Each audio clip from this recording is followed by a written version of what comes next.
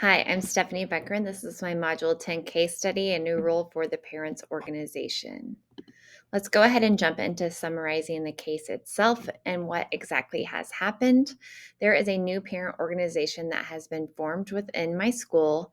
They are different from last year's parent teacher organization because they have left the actual affiliation of the organization or um, an independent organization now. The principal, myself, and the PTO president had a meeting to go over what the plans were for an upcoming back to school night. The principal gave out the following guidelines as far as what has been done in the past and thought that that would be the same area and way that they continue within the future. However, once he was done talking, the president um, let him know that the PTO would like to go in a different way and have already been proactive in creating different ideas for increasing the involvement of the PTO um, within the school as far as making decisions as well as possible policy making, including teacher evaluations and discipline. And changing up what the back to school series looks like to include a more informative session, as they felt like in the past parents had not gotten a lot out of that back to school night, and so within their effort they want to form more informative sessions throughout the week of parent teacher conferences, as well as they have created parent committees that have will direct and lead the conversations of where they want to go with parent involvement. And ultimately, what has happened is there is now a disconnect between the principal and what the PTO feels like their role is and what they need to be doing.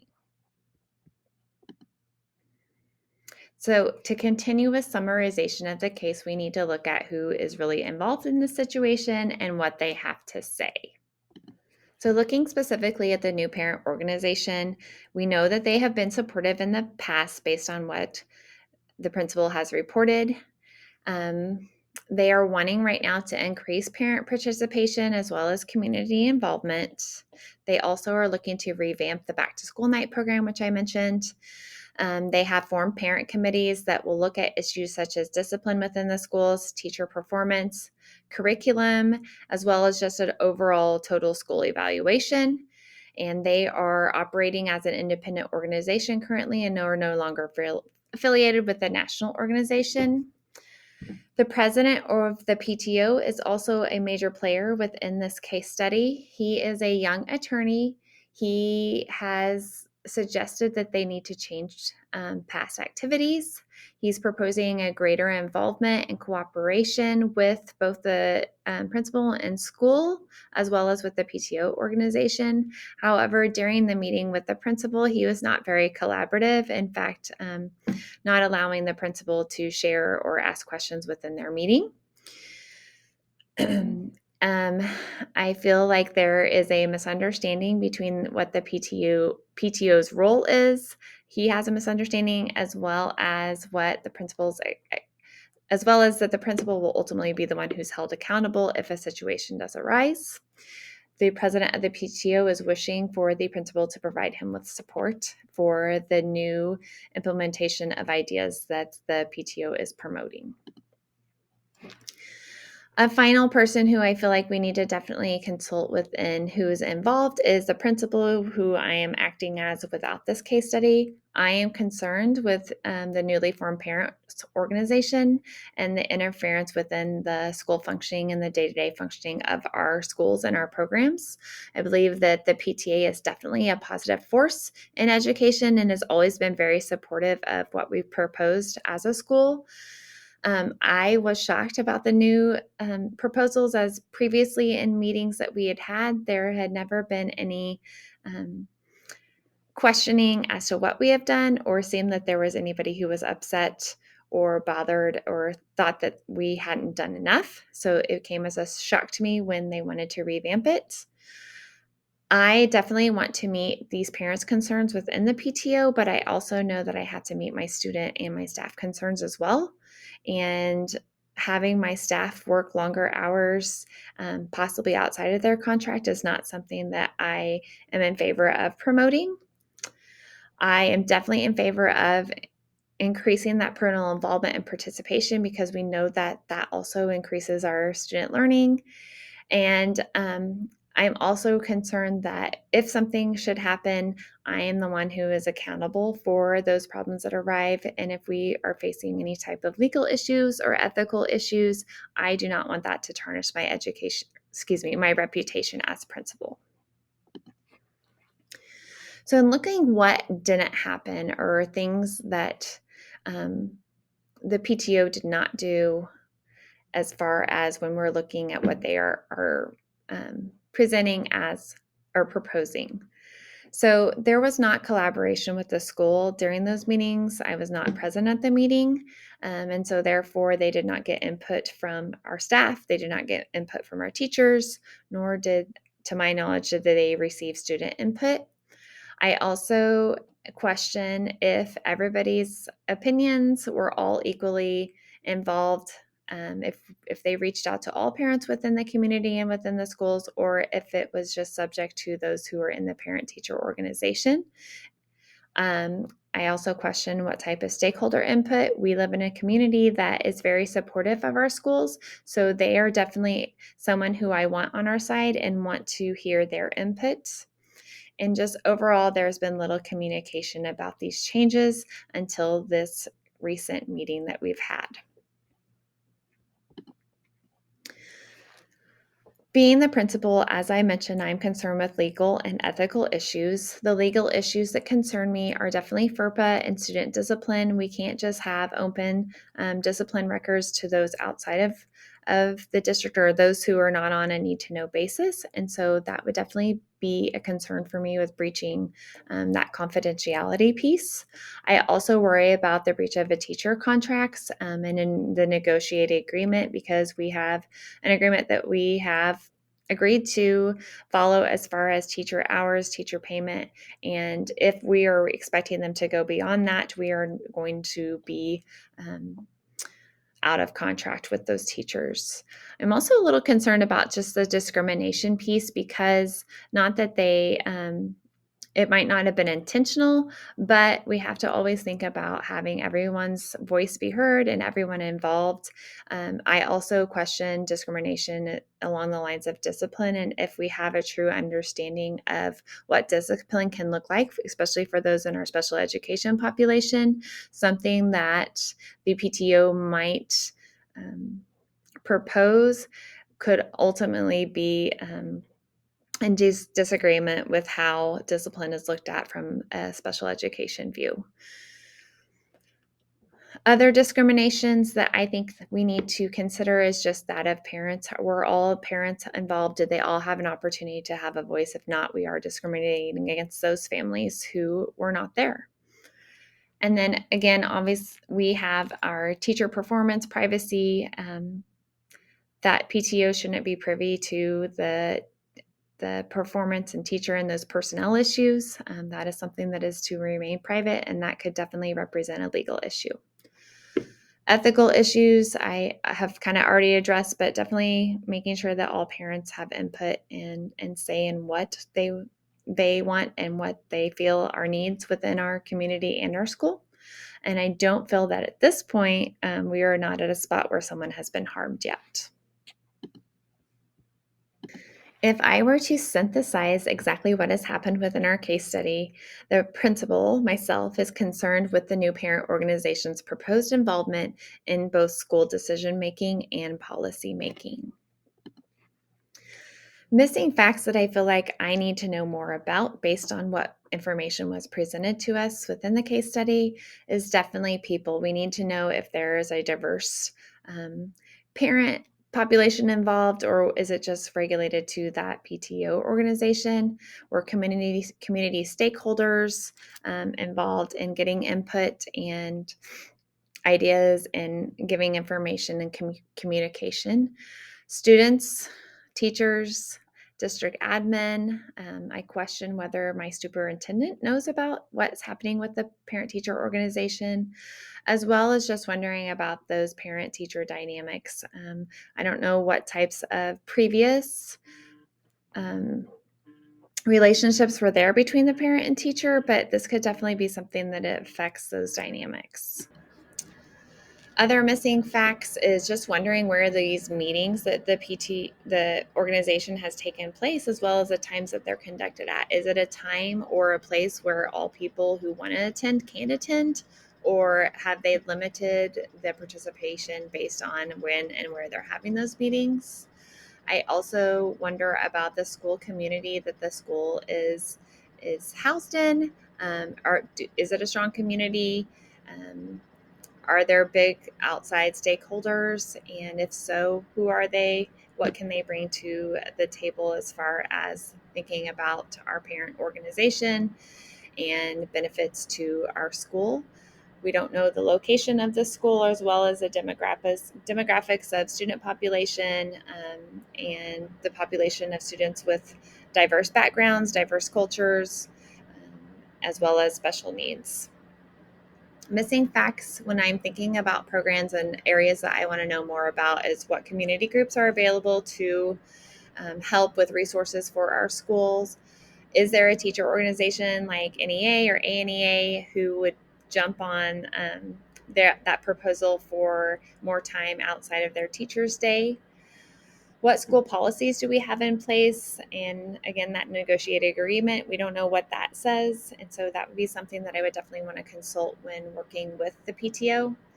And then finally, what does our school budget and funding look like? Is the PTO a major contributor to our funding and being able to put things in place for our students to participate in?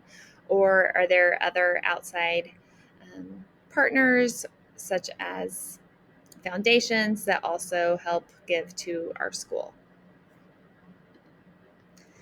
So, if I were to review and prioritize the case study in my eyes and thinking of how I would want to be a leader and what I would want to do and make sure is happening within my school, is definitely my number one priority is promoting the current and future success and well-being of students and adults in the district. It's also very important to me to develop two-way communication and collaboration between districts and the parent organization, because we have to advocate for student needs as well as continue our school improvement. And if we don't have that communication happening, that's not something that's going to happen.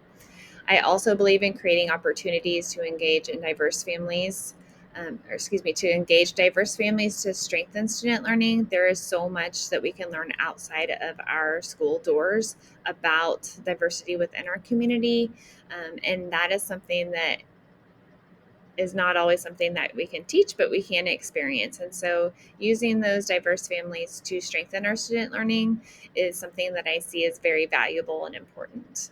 Finally, it's also one of my priorities to collaboratively engage and cultivate those relationships with diverse community members and partners, because again, they can teach us things that we don't teach inside walls. Having those relationships for our students to go out and have experience outside of our school doors within future occupations and jobs, as well as bringing those partners in to our schools, is just another way to really create that strong relationship, and as well as help when we have situations that arise where we need community support, whether that be passing um, a new bond or just any other needs.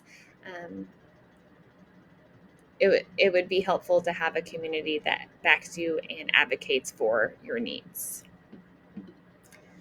So, options and plans that I would look at based on the information that I've been given. I looked at three different things that could possibly happen. One would be to continue to let the new parent organization take the lead and support their proposals as the principal. A second plan that I thought of was that as the principal, I would communicate the legal and ethical issues involved with the proposal and suggest that we work collaboratively to develop ideas that engage diverse families, to strengthen our student learning. And then The third option that I looked at is to inform them that it's not their role as a community member to make policy or be involved in the decision making process and policy process of the school district. And I would mention to them that that is something that our school board members do within their meetings as a board member. And if that was something they were interested in, then I would encourage them around the next election time to look at becoming part of the school board, because then they would have more of a say on those policies and decision makings. Looking at the pros and cons of each one of those plans, obviously the first one, if we would continue along the same path, our parental involvement would be limited to that PTO and those members of that organization. Um, they would have my administrator support because I decided not to step in. Cons of that I see of that definitely are concerns legal and ethically inappropriate, possible friction between teachers, school board, and administration. If teachers are being required to attend functions that are not within their contract, there's definitely going to be an issue, and you're creating school environment that shows that you're not being supportive of their needs. It doesn't promote the future and current well-being and success of students and adults because we're not truly getting a full representation of all the diverse families that we service, as well as it's not promoting the well-being of our adults if they are being required to do things that are not part of their contract. It also doesn't cultivate relationships with diverse community members because, to my knowledge, there weren't any involved. That was not something that was on their list. My second plan, which was to work collaboratively to compromise and come up with a situation that works best by avoiding those legal and ethical issues. It would include diverse families. We would encourage collaboration and communication. We would cultivate those relationships. I feel like it's legally and ethically appropriate to go about it in this means. Cons of this one is obviously it's going to be more time consuming.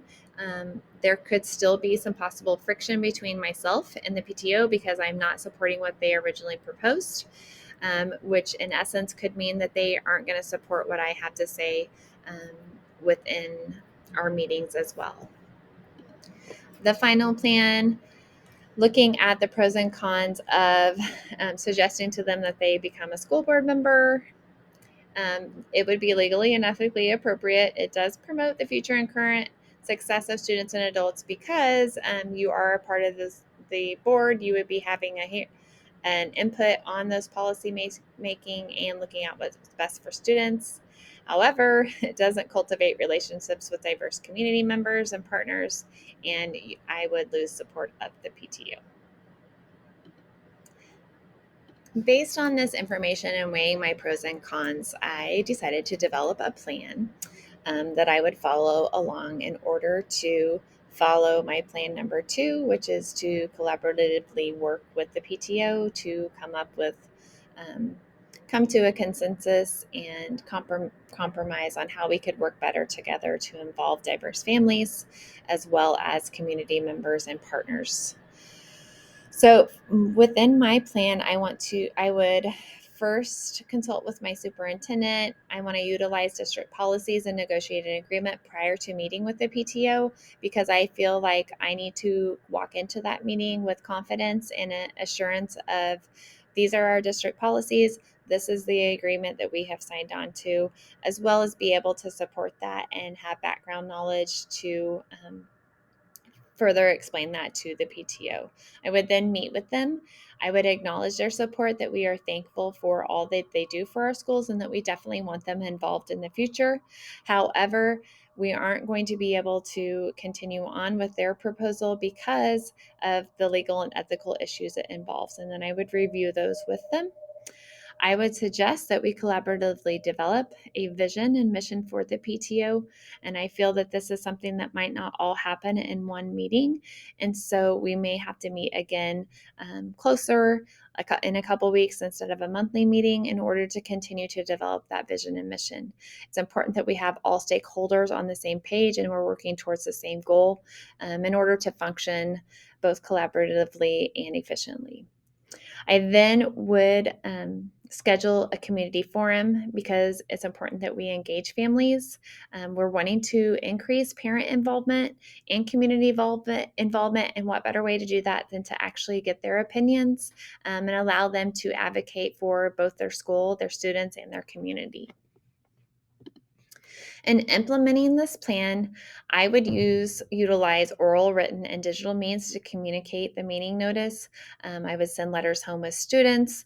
I would send out our school messaging system. I would post on our school websites as well as share on our social media pages to make sure that there is every opportunity for a parent to see it, because we want them to be there and we want them to contribute to contribute their input on what they see as our school and community needs.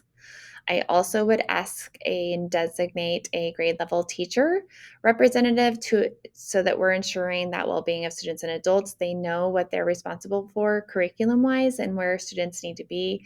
So I think that we definitely need their expertise when we're thinking about developing these activities and providing opportunities for parents to be more involved, that they have a great read on ideas that we could incorporate. I would also propose that we record the forum that we're having and share an accessible link on the school website, because we know that as much as we try to find a common time and a common place, there's still parents who may be working during those times and not able to attend. And in order to ensure that we are meeting everybody's needs, they need to be able to have access to it as well.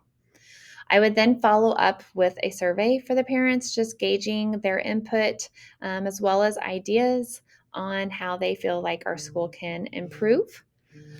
I then would meet with a PTO after that, and we would work together to collaboratively synthesize information collected from the forum and then develop ideas for increasing both parent and community involvement, school improvement, and student development based on the feedback that we had gotten from our community members, our parents, our staff, as well as our students.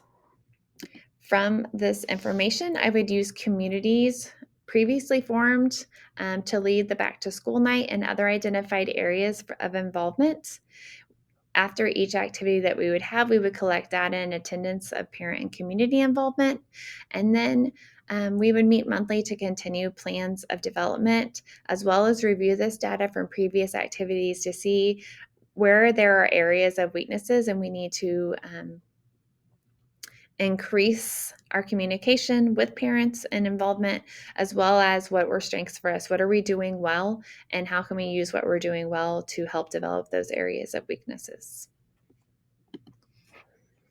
So, whenever we look at developing an action plan, it's important that we also think about what are things that could possibly not go the way that you had intended. And so, in looking at that, obviously, the PTO could refuse to collaborate with me when I go back to them and try to set up a meeting. Um, if that is the case, then I would reach out to my superintendent, because I think that this is an important enough issue that he needs to be aware of what's happening, as well as it just helps to have another mediator, and especially with someone of his expertise, legality wise, to have him in there in meeting with us. I also considered involving our district lawyers, just because I thought maybe they could help them understand the legal ramifications better than what I could explain it as an administrator. I also thought that even with the best of intentions, that we could still end up with limited family engagement with what we're proposing. And so with that in mind, I thought it would be important either to send out another survey or make sure that we included in our survey what the best dates and times would be to allow the most families and their students to attend, as well as community members. Who needs to know about our implementation? Obviously, PTO, because they're going to be the backbone of trying to get these activities and involvement up and going. Community members need to know, teachers need to know, as well as parents. We need that full involvement of all those stakeholders in order to strengthen and develop our schools. My plan B, if my plan should fail, would be definitely if we're stuck in a situation where PTO isn't cooperating with us, or that fell through, is to find other ways to supplement our budget. I know within my own district, PTO helps with funding field trips as well as other small activities with families. And so I would have to find a way to be able to supplement those activities and help out. Other things that I thought about was just individual schools would then take on the role of creating family involvement opportunities, and it would fall more on the teachers, which could also cause some problems within thinking about their contract and the hours that they work.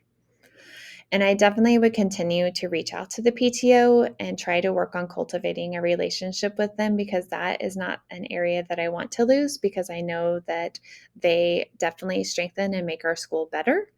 So it's important for me to be able to mend that broken relationship with them.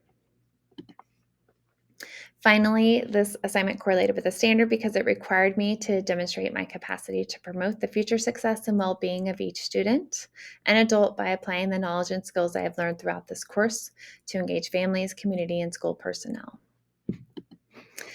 This assignment was relevant to me because I was able to take all the information that I've learned over the course of this class and apply it to a real life situation, thus giving me practice of future situations or problems that I may face as a leader.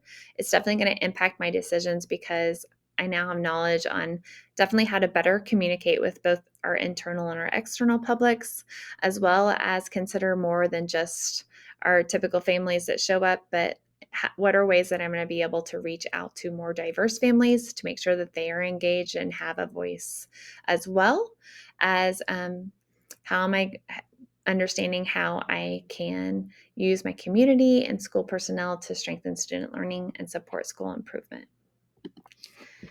When reflecting on this assignment, it's definitely going to influence my future decisions as I make as an educator, because it has taught me that there are many moving parts to make our school successful. We have to recognize the power in collaboratively engaging diverse families in order to strengthen our students' learning. We have to cultivate relationships with community members and partners in order to give our students opportunities outside of the classroom to further develop them, both as students and future citizens. We also have to use multiple means for communicating both with our school community and families, as well as our community, so that we can advocate for both the needs of our community and our students. When we have a strong community that we are a part of, that's going to draw more families into both our community, which is not only going to increase our school population, but it's also going to help the economy of the community that we live in, thus creating more opportunities. I thank you for listening to me today. I have really enjoyed this class and look forward to putting this knowledge to use as a future administrator. Thanks.